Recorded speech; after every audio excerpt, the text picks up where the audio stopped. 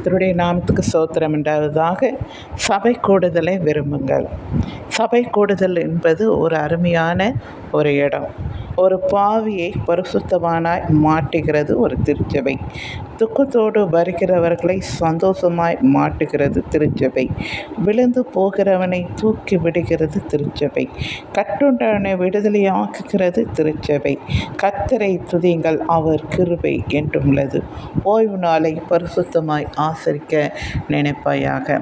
எனக்கு அன்பானவர்கள், திருச்சபை உள்ள எல்லாரும் ஒன்று சேர்ந்து ஆண்டவரை துதித்து பாடி புகழ்ந்து நீங்கள் போற்றும் போது உங்களுடைய வாழ்க்கையில் இருக்கிற சிறையிருப்பு விடுதலையாகும்.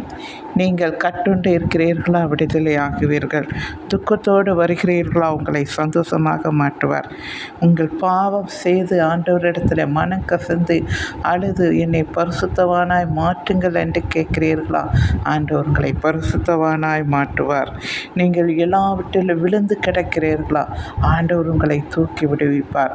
எனக்கு அன்பானவர்களை, திருச்சபை கூடுதலை விரும்புங்கள்.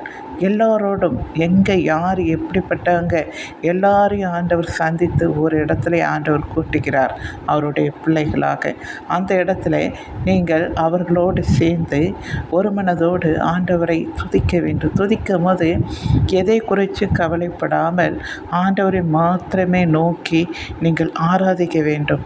அவர் செய்த அற்புதங்களை ஒன்று ஒன்றாய் சொல்லி ஆண்டவரை துதிக்க வேண்டும், பாட வேண்டும்.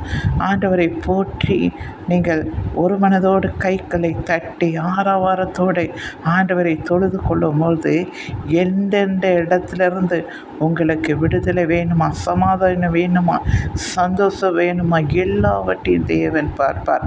அக்கம் பக்கத்தில் இருக்கிறவர்கள் இவர்கள் எவ்வளவாய் ஆராதிக்கிறார்கள், இவர்களைப் போல் நம்ம ஆராதிக்க வேண்டும் என்று வருவார்கள். அதனால் நீங்கள் சந்தோஷத்தோடு கர்த்தரை துதியுங்கள். நன்றி.